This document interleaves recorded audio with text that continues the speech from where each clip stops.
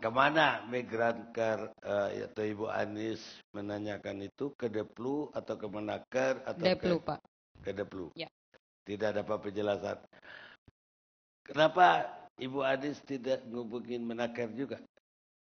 Ya, saya juga SMS. Kita melakukan komunikasi dengan banyak instansi gitu, termasuk KBRI kita yang ada di Saudi Arabia gitu. Tetapi jarang sekali ada respon balik gitu ketika kita menanyakan perkembangan kasus Ibu Ruyati gitu. Karena khawatiran kita adalah ketika kita dapat pengaduan dari keluarga Ibu Ruyati, sidang vonis yang ditulis di kronologi yang disampaikan Deplu itu kan akan dilakukan bulan April atau Mei gitu, sehingga jelang-jelang bulan itu kita mencari informasi tetapi tidak pernah ada kejelasan gitu sampai bulan itu lewat dan yang kita dengar justru Sabtu kemarin eksekusi mati itu gitu.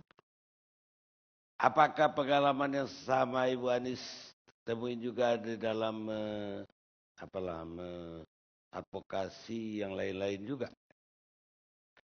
Iya, kasus yang lain saya kira ada keberhasilan juga. Misalnya KBRI Singapura itu ada ada kerjasama yang lebih proaktif. Misalnya pada tahun 2005-2006 kita pernah juga mendampingi Juminem dan Siti Aminah yang terancam hukuman mati di Singapura. Tapi kita mencari PRT atau TKW yang majikannya yang sama, yang kira-kira bisa memberikan kesaksian yang bisa memperingan gitu ya, dan dihadirkan di persidangan untuk menyampaikan bahwa ternyata majikan ini temperamen, suka memukul dan lain sebagainya gitu.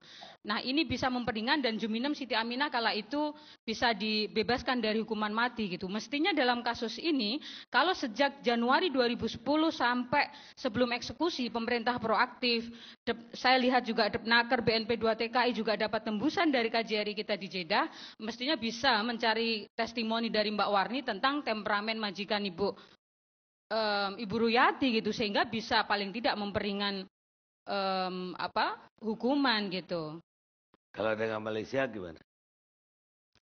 Malaysia saya kira pengalamannya juga banyak buruknya gitu, karena ketika kita mendampingi kasus hukuman mati Adi bin Asnawi tahun 2005, dia sudah menjalani beberapa proses persidangan dari 2001 sampai 2005 di penjara, tetapi pemerintah tidak tahu sama sekali kalau dia diancam hukuman mati gitu. Kita tahu dia mengirim surat ke keluarga, kemudian keluarga mengadu kepada Migrancare dan baru 4 tahun menjalani proses hukum sendiri tanpa ada pendampingan, baru pemerintah turun tangan gitu.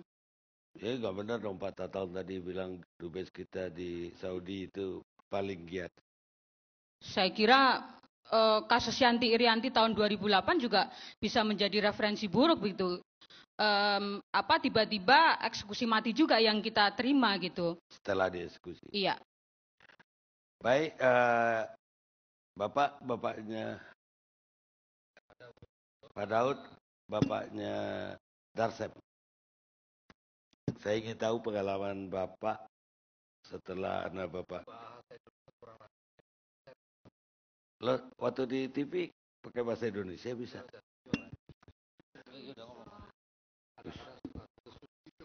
Coba. Cuma pengalaman. Gak di TV dia pakai bahasa Indonesia. Ya, maaf Pak, ya saya ini ya muka-muka ini anak saya bagaimana. Waktu itu kan ingin cepat pulang. Ya kita Mbak. Ya.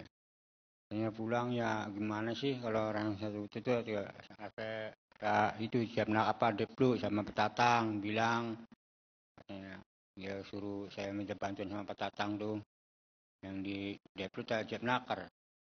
Ya antar katanya mau diusahakan, mau dibilang sama Pak Dubes bilangnya. Tadi Bapak ketika saya ngomong dengan Pak Tatang, Bapak mau protes apa? Ya mau protes apa kalau saya ngebel Pak Tatang kan nggak diangkat. Kan yang ngasih nomor HP kan Pak Tatang sama saya. Bapak dikasih nomor teleponnya? Dikasih Pak Tatang. Tapi kalau ditelepon nggak diangkat? Pernah diangkat Pak Tatang. Gimana? Ini sejelasnya aja memang, betulan. Jadi Bapak bisa ngomongin siapa saja cuma. Bapak nggak bisa ngubungin Pak Tatang. Iya. Ngubungin yang lain bisa nggak? Ya kalau ngubungin Pak ini yang di Jepnaker tuh Pak Dewo. Bisa. Masih lagi itu nomor HP-nya Pak Dewo. Kalau di bersama saya tuh dapatnya orang Bekasi lagi. Yang nerima orang Bekasi, Pak Dewonya nggak nerima. Gimana tuh? Pak Dewo orang Jawa, Pak Tatang orang Sunda. Kenapa nggak pakai bahasa Sunda, Bapak? Begitu. Bapak pakai bahasa apa, Pak Tatang? Katanya bisa. Bisa kan? Tapi nggak mau ngangkat. Enggak pernah diangkat. Berapa kali katanya? Ya lama, sebelum hari, siang, malam. Dan belum pernah diangkat juga. Tapi Bapak tahu tanggal 7 nanti anak Bapak kalau nggak dibayar dieksekusi. Belum, Pak. Udah dikasih tahu belum? Belum.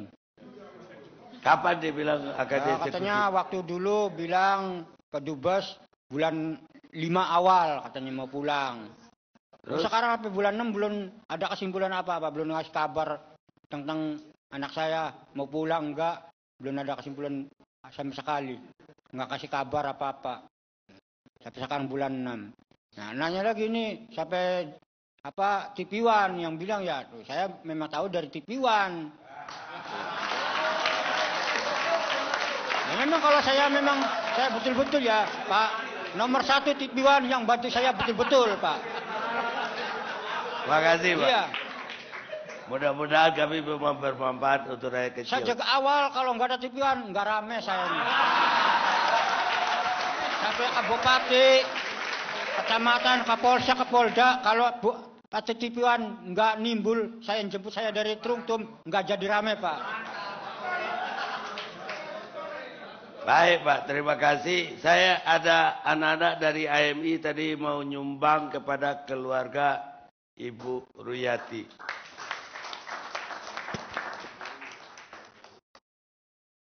Mereka kumpulkan uang dari jalanan dan dia ikut berduka cita terhadap almarhumah.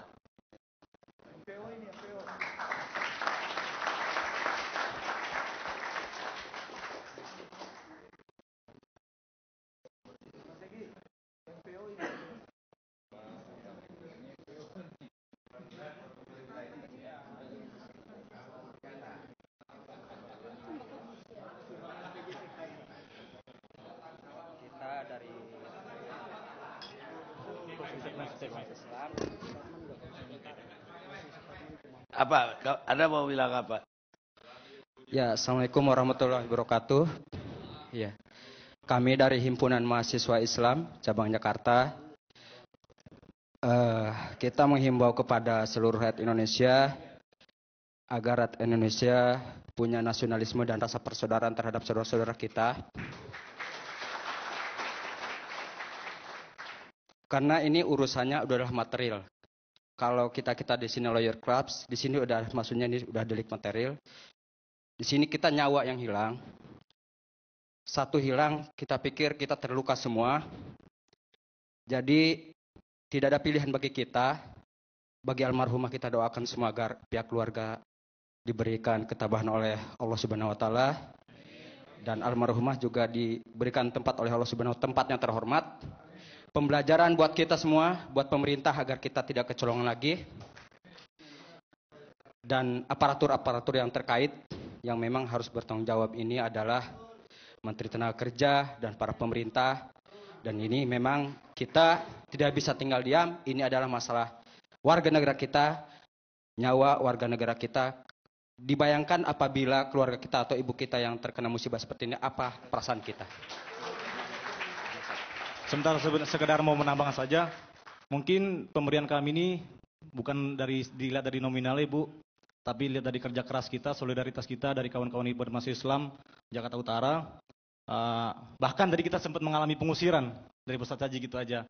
Mungkin sekiranya itu saja dari kami. Wassalamualaikum warahmatullahi wabarakatuh. Baik pemirsa, kita istirahat sejenak untuk commercial break.